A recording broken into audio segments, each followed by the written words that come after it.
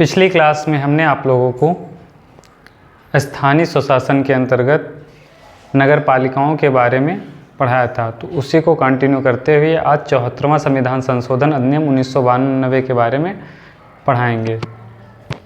लिख लेते हैं, स्थानीय स्वशासन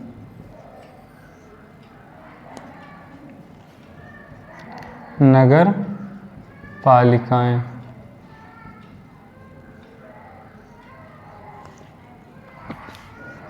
इससे पहले हमने आप लोगों को स्थानीय स्वशासन में पंचायती राज के बारे में पढ़ाया था।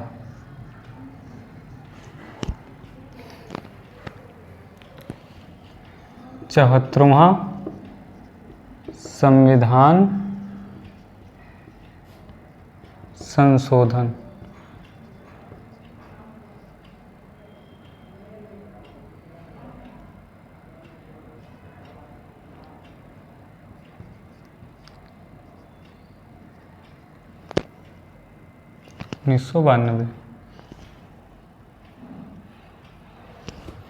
चौहत्तरवां संविधान संशोधन अधिनियम 1992। तो 1991 में ये पेश होता है सितंबर के आसपास। फिर ये 92 दिसंबर में लोकसभा और राज्यसभा दोनों से पारित हो जाता है। उसके बाद जो है राज्यों से सहमत होती है, फिर राष्ट्रपति जो है परमिशन देते हैं और 93 में लागू होता है। तो इसलिए 92 कभी 93, तो लागू कब होता है? 93 से पारित हुआ था 92 में, इसलिए 74वां संविधान संशोधन 1992। इस अधिनियम के द्वारा, जो 74वां संविधान संशोधन अधिनियम है, इसके द्वारा संविधान में नया भाग जोड़ा गया 9 का, जिसमें नगर पालिकाएँ शामिल हैं। तो पहले हमने पंचायतें जब पढ़ाई थी तो उसमें भाग 9 जोड़ा गया था। अब भाग 9 का नगर पालिकाएँ शामिल किया गया और इसके साथ ही 12वीं अनुसूची जोड़ी गई थी। पंचायती राज में 11वीं अनुसूची जोड़ी गई थी, इसमें 12वीं अनुसूची जोड़ी जाती है और इसमें 18 विषय होते हैं। तो लिख लेते हैं, इस अधिनियम के द्वारा भारत के संविधान में, इस अधिनियम के द्वारा भारत के संविधान में, भारत के संविधान में भाग 9 का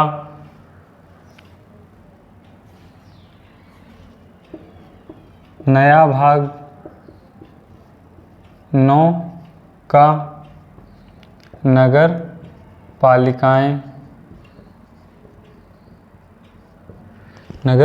पालिकाएं अनुच्छेद कहाँ से कहाँ तक था? 243 ता से 243 या छा तक।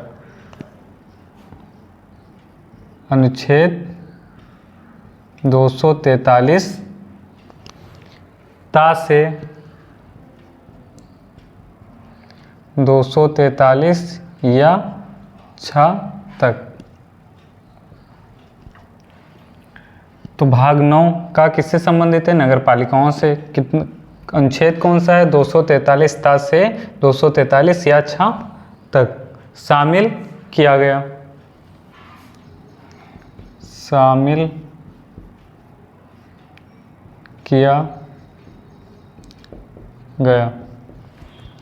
तो इस अधिनियम के द्वारा भारत के संविधान में नया भाग 9 का, जिस नगर पालिका अनुच्छेद 243 ता से 243 या छा तक का शामिल किया गया और इसके साथ ही 12वीं अनुसूची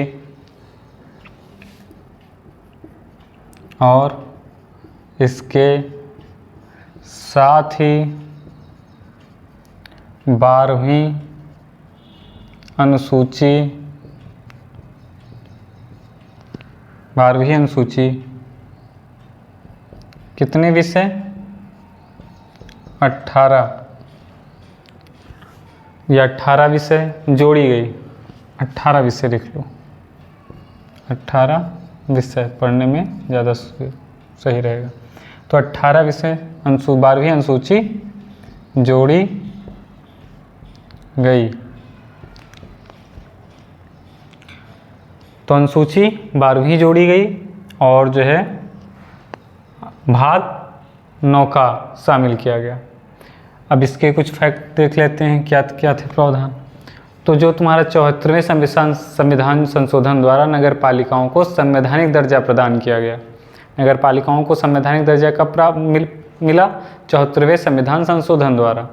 राज्य सरकारें नगर पालिका पद्धति को अपनाने के लिए संवैधानिक रूप से बाध्य हैं। राज्य सरकार जो है नगर पालिका पद्धति को अपनाने के लिए संवैधानिक रूप से बाध्य, क्योंकि इसको संवैधानिक दर्जा मिल गया है। तो लिख लेते हैं 74वें संशोधन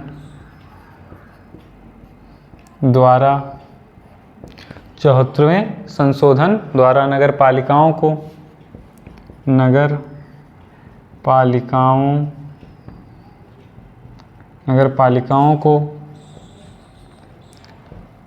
संवैधानिक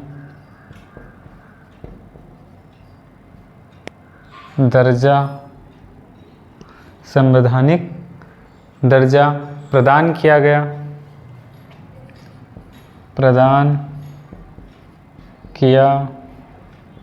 गया।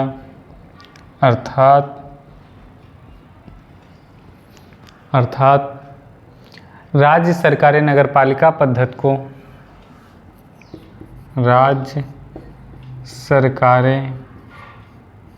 नगर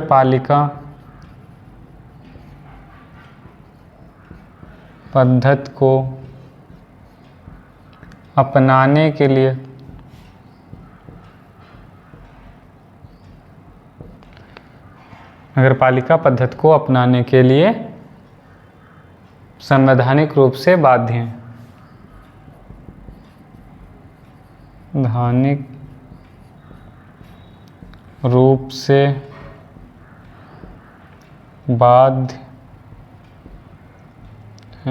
संवैधानिक रूप से बाध्य हैं।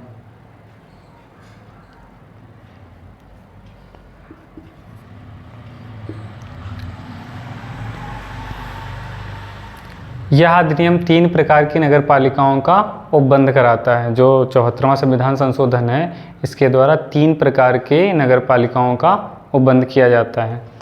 तो यह अधिनियम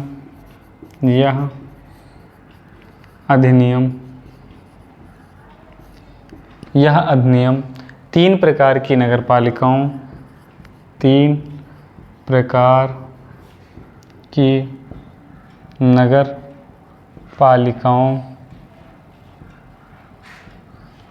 यह अधिनियम 3 प्रकार की नगर पालिकाओं का उपबंध करता है।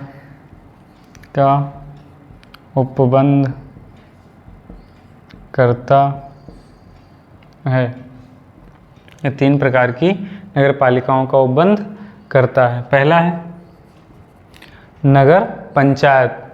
नगर पंचायत क्या होता है? ऐसा क्षेत्र जो नगर में परिवर्तित हो रहा हो, ऐसा क्षेत्र जो धीरे धीरे नगर में परिवर्तित हो रहा हो, तो उसको हम क्या कहेंगे? नगर पंचायत। तो नगर पंचायत या वहाँ पर नगर पंचायतें होती हैं। तो ऐसा क्षेत्र जो धीरे धीरे नगर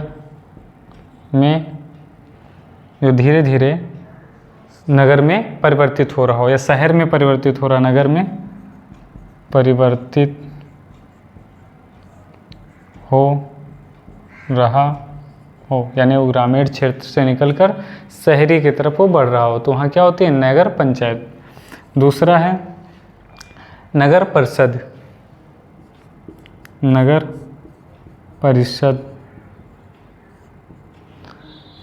ऐसा क्षेत्र जो नगर परिषद जो होता है छोटे नगर क्षेत्र के लिए होता है। जो छोटा नगर क्षेत्र होता है उसको क्या कहते हैं? नगर परिषद।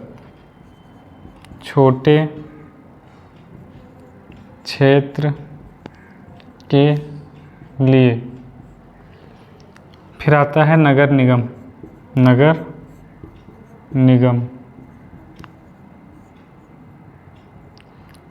ये बड़े क्षेत्रों के लिए।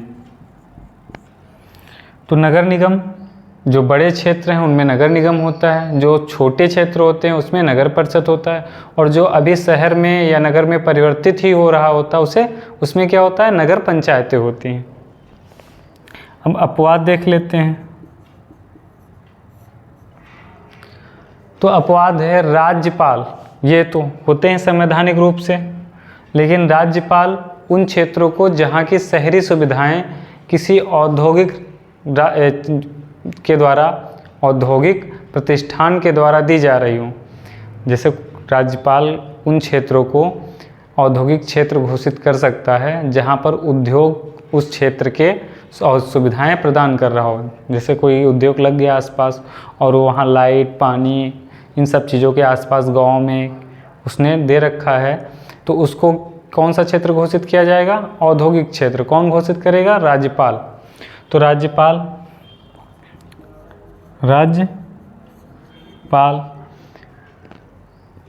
उन क्षेत्रों को जहाँ की शहरी सुविधाएं, राज्यपाल उन क्षेत्रों को जहाँ की शहरी सुविधाएं, भाई उद्योग है तो रोड मेंटेन किया, लाइट की व्यवस्था किया, क्योंकि उसको वहाँ से माल ले जाना है, लाना है, तो इसलिए वो धीरे धीरे कुल मिला के उस क्षेत्र में पूरा क्या हो जाता है, वो सारी सुविधाएं उद्योग के माध्यम से आने लगती हैं। तो इसलिए वो क्षेत्र क्या कहलाता है, औद्योगिक क्षेत्र। कौन घोषित करता है, राज्यपाल। तो राज्यपाल उन क्षेत्रों को जहाँ की शहरी सुविधाएं किसी औद्योगिक प्रतिष्ठान द्वारा, किसी औद्योगिक प्रतिष्ठान द्वारा प्रदान की जा रही हूँ,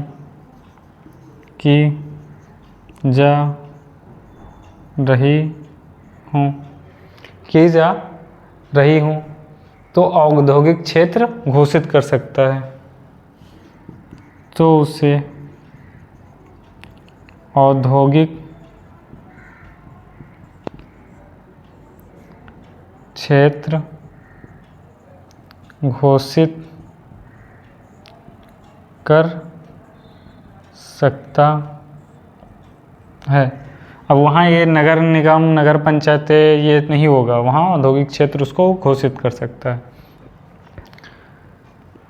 राज्यपाल क्षेत्र की जनसंख्या, जनघनत्व, स्थानीय प्रशासन के लिए उपार्जित राजस्व, गैर कृषि कार्यों में रोजगार का प्रतिशत के आधार पर संक्रमण क्षेत्र, लघु शहरी क्षेत्र अथवा बृहद शहरी क्षेत्र घोषित करता है। संक्रमण क्षेत्र, अच्छा संक्रमण क्षेत्र, संक्रमण का मतलब जो बदल रहा हो, जहाँ पे शहरी और ग्रामीण दोनों क्षेत्र बीच की स्थिति को क्या कहते हैं, संक्रमण क्षेत्र कहते हैं। जैसे जहाँ पानी और जल मिल रहा होता है तो वो भी संक्रमण क्षेत्र ही होता है। तो राज्यपाल क्षेत्र की जनसंख्या, राज्यपाल क्षेत्र की जनसंख्या, क्षेत्र की जनसंख्या, जनघनत्व,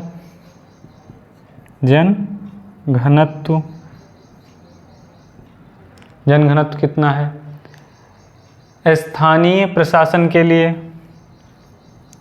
स्थानीय प्रशासन के लिए उपार्जित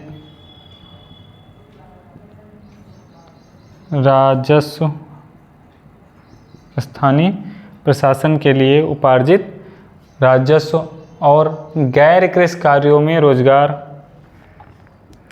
गैर कृषि कार्यों मतलब खेती के कार्य ना हो रहे हों, गैर कृषि कार्यों में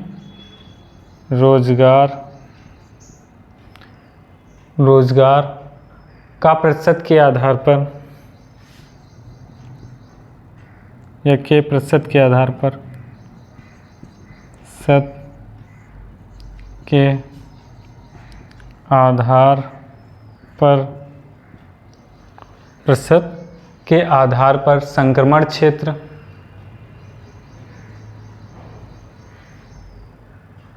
संक्रमण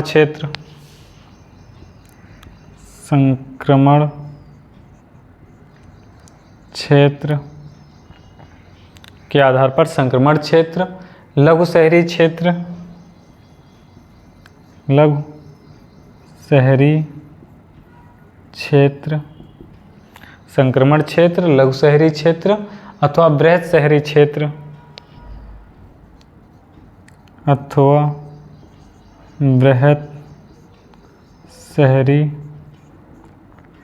क्षेत्र घोषित करता है।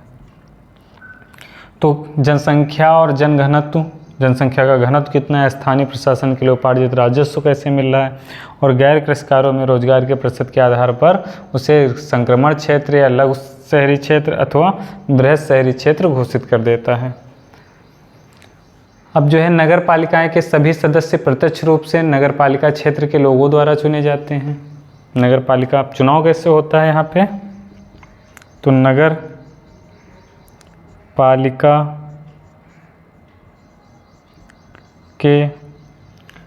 पालिका के सभी सदस्य प्रत्यक्ष रूप से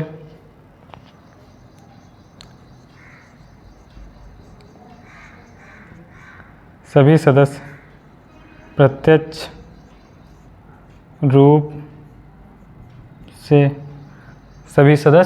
प्रत्यक्ष रूप से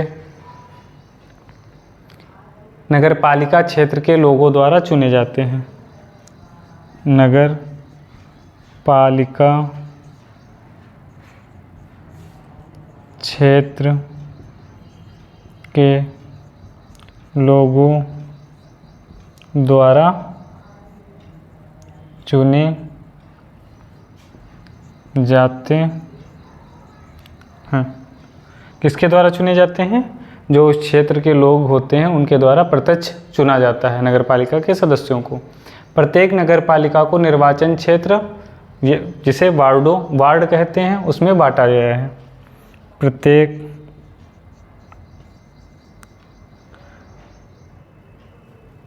प्रत्येक नगर पालिका को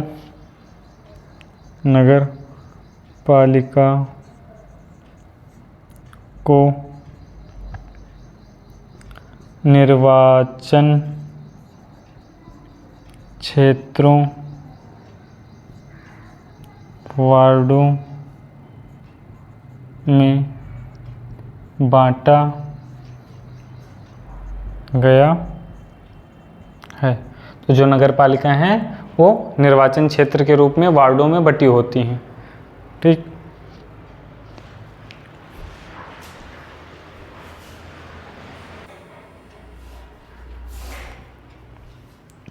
अच्छा, वार्डों के साथ साथ वार्ड समितियां भी होती हैं, तो वार्ड समितियां देख लेते हैं।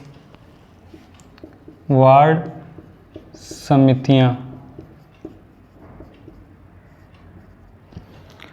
तो वार्ड समितियां जो 3 लाख या उससे अधिक जनसंख्या वाली नगर पालिकाएँ होती हैं, तो उसमें एक या अधिक वार्डों को मिलाकर वार्ड समितियों का निर्माण किया जाता है।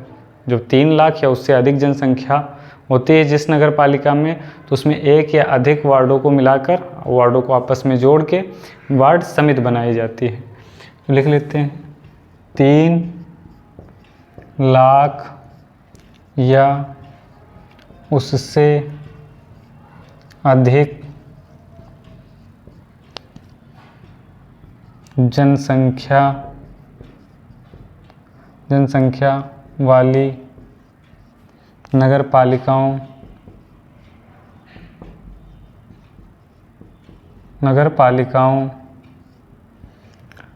3 लाख या उससे अधिक जनसंख्या वाली नगर पालिकाओं के क्षेत्रों के तहत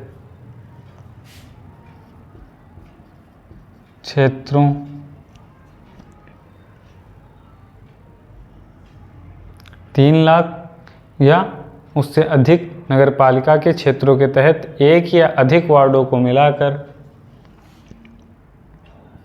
एक या अधिक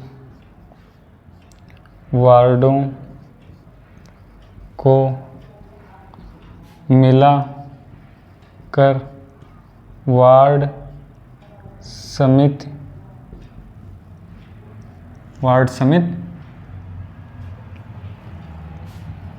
बनाई जाती हैं। वार्ड समिति बनाई जाती हैं।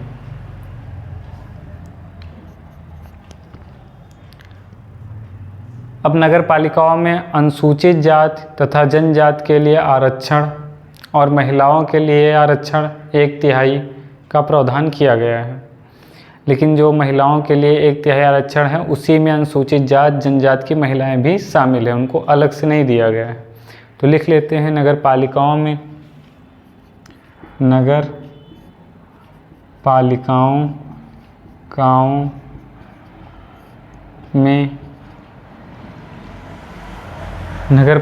में अनुसूचित जाति तथा जनजाति अनुसूचित जाति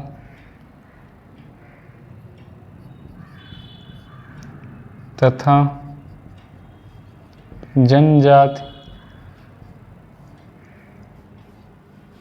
और महिलाओं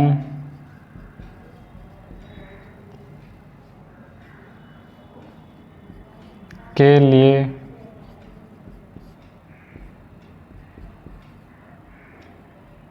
1/3 महिलाओं के लिए आरक्षण का प्रावधान किया गया है।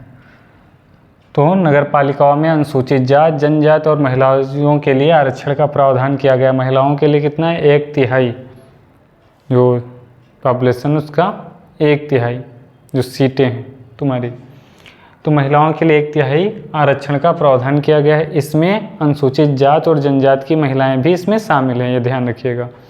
नगर पालिकाओं का कार्यकाल 5 वर्ष, विघटन की स्थिति में 6 माह के अंदर चुनाव होना चाहिए। जितने भी विघटन होती हैं, चाहे जिसका 6 महीने के अंदर चुनाव होना अनिवार्य होता है। अगर 6 महीना ही कार्यकाल बचा होता है तो चुनाव नहीं करवाए जाते हैं। लिख लेते हैं, नगर पालिकाओं का कार्यकाल 5 वर्ष का होता है। नगर पालिकाओं का कार्यकाल 5 वर्ष का होता है।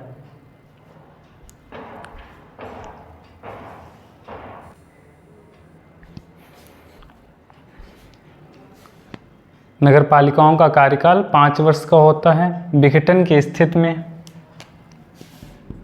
विघटन या भंग होने की स्थिति में, विघटन की स्थिति में 6 माह के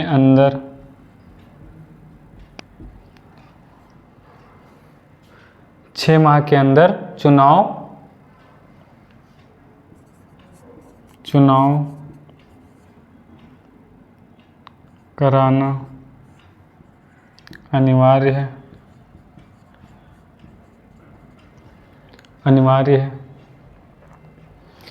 6 माह, यदि कार्यकाल 6 माह बचा हो तो चुनाव नहीं करवाए जाते हैं। यदि कार्यकाल 6 माह से कम बचा हो तो चुनाव नहीं कराए जाते हैं। चुनाव नहीं कराए जाते हैं। चुनाव नहीं कराए जाते हैं। अगला पॉइंट है, समय से पूर्व भंग नगर पालिका के बाद पुनर्गठित नगर पालिका केवल बची हुई अवधि के लिए गठित होती है। तो अगर समय से पहले कोई नगर पालिका भंग हो जाती है, जैसे 3 साल या 2 साल में, तो जो बाकी टाइम बचता, अगर 3 साल में भंग हुई तो 2 साल के लिए नई वाली जो नगर पालिका होगी 2 साल तक ही काम करेगी। या 4 साल में भंग होती है कोई नगर पालिका, तो जो नई गठित होगी वो 1 साल के लिए काम करेगी। तो लिख लेते हैं समय से पूर्व, समय से पूर्व, समय से पूर्व भंग नगर पालिका, भंग नगर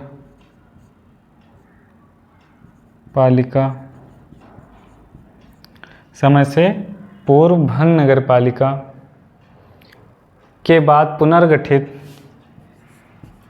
के बाद पुनः गठित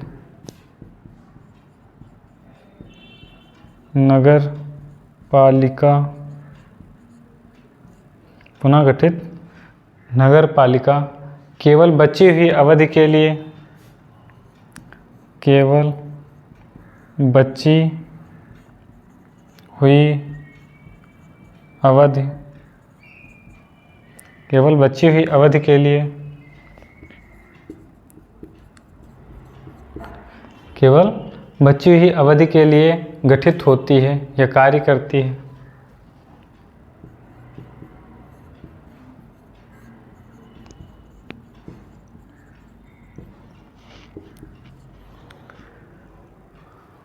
उसके बाद नगर पालिका के जो चुने हुए सदस्य बनने के लिए न्यूनतम आयु कितनी है? 21 वर्ष होती है।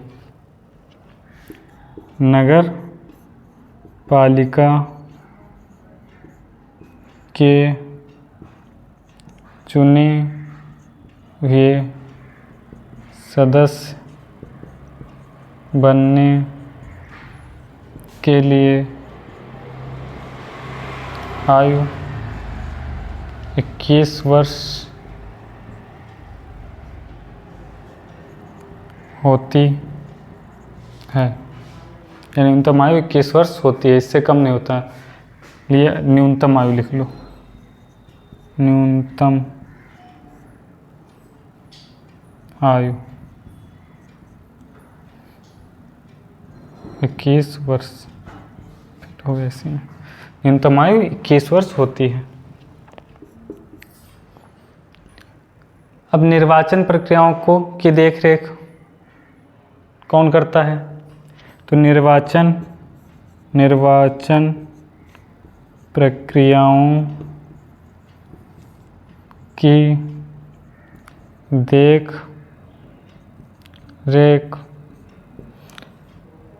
निर्वाचन प्रक्रियाओं की देखरेख, निर्देशन एवं नियंत्रण,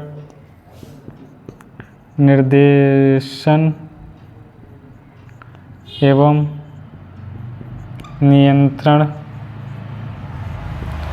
तो निर्वाचन की जो प्रक्रिया होती है उनकी देखरेख, निर्देशन, नियंत्रण और कौन करता है? राज्य चुनाव आयोग करता है। राज्य चुनाव आयोग करता। नगर पालिकाओं का चुनाव कौन करवाता? सीधे डायरेक्ट बात में राज्य चुनाव आयोग। नगर पालिकाओं के चुनाव संबंधित सभी मामले नगर पालिकाओं के चुनाव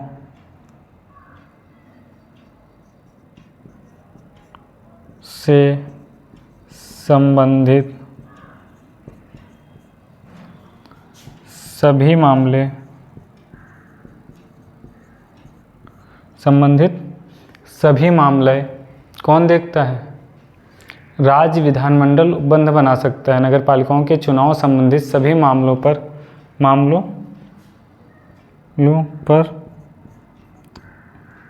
राज्य विधानमंडल नियम बना सकता है। चुनाव संबंधी अगर कोई नियम बनाना है तो कौन बनाएगा? राज्य विधानमंडल बनाएगा। ठीक है। तो निर्वाचन प्रक्रियाओं की देख रेख, निर्देशन, नियंत्रण राज्य चुनाव आयोग करता है। नगर पालिकाओं के चुनाव संबंधित सभी मामलों पर राज्य विधानमंडल नियम बना सकता है, राज्य विधानमंडल उपबंध कर सकता है। अब इसके कार्य, नगर पालिकाओं के कार्य क्या हैं, उसमें नगर पालिकाओं में तीनों ही शामिल हो जाते हैं साथ साथ में। जो तुम्हारा नगर पंचायत था, नगर परिषद था, नगर निगम, तो इनके कार्य क्या होते हैं, ठीक है। तो ये अगली क्लास में आपको पढ़ाया जाएगा।